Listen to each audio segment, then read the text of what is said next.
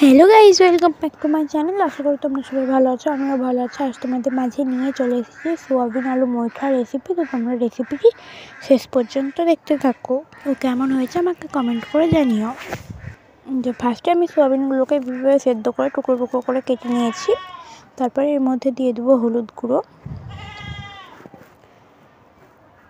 তারপর দিয়ে দেবো জিরে গুঁড়ো, তারপর দিয়ে দেবো মিট মশলা, তারপরে আদা আর শুকনো লঙ্কা বাটা দিয়ে দেবো ও দিয়ে দেবো পরিমাণ মতো লবণ। আর এখানে আমি একটু সাদা তেল দিয়েছি, সাদা তেলটা ঠান্ডার জন্য জমে গেছে। এই যে তারপরে আমি একটা সেদ্ধ আলু দিয়ে দেবো। যে তারপরে 1 চামচ বেসন দিয়ে এবার এটাকে ভালোভাবে মাখিয়ে নেব।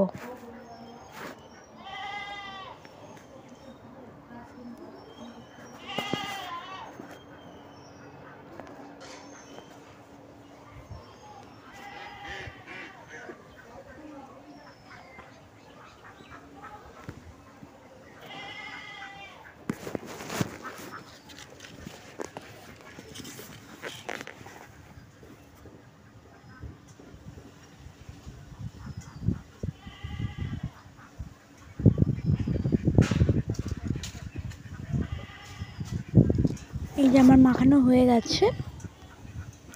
এবার এর মধ্যে থেকে ছোট ছোট করে নিয়ে একটা শেপ দিয়ে দিব। আমি এখানে গোল করে একটু লম্বা শেপ দিয়েছি, তোমরা চাইলে গোলও করতে পারো।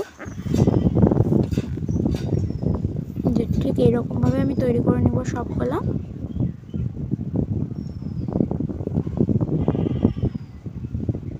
যে তৈরি করা হয়ে গেছে, এবার এগুলোকে ভেজে নেব। তার জন্য ফার্স্টে সাদা তেল গরম করেছি, এবার এর মধ্যে সবগুলোকে দিয়ে ভেজে নেব। এগুলোকে ভালোভাবে লাল লাল করে ভেজে তুলে নিব।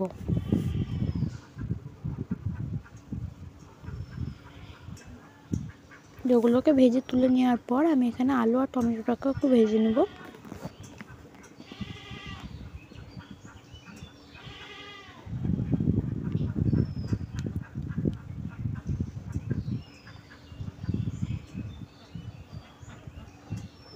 যে আলু আর টমেটোটা একটু ভাজা হয়ে গেলে এখানে পরিমাণ মতো লবণ দিয়ে দেব, হলুদ গুঁড়ো, জিরে গুঁড়ো, আদা আর শুকনো লঙ্কা বাটা, মিট মশলা, সব মশলা দিয়ে দেবো এখানে।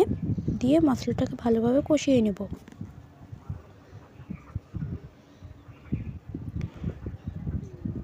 এখানে মশলাটা ধুয়ে একটু জল দিয়ে দেব, দিয়ে এবার এটাকে ভালোভাবে কষিয়ে নেব।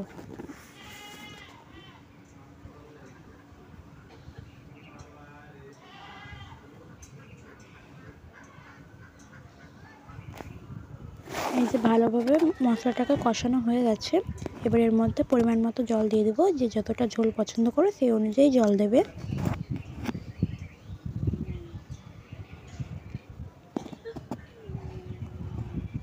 যে জলটিকে দিয়ে এবার এটাকে ফুটতে দেবো। যে ফুটে উঠলে এবার মুইঠাগুলোকে দিয়ে দেবো। আমার ভিডিওটি যদি তোমাদের ভালো লাগে তাহলে লাইক, কমেন্ট, শেয়ার আর আমার চ্যানেলটিকে সাবস্ক্রাইব করে দিও।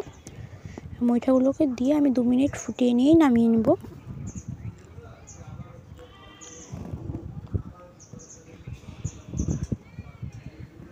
যে হয়ে গেছে, এবার নামিয়ে নেব।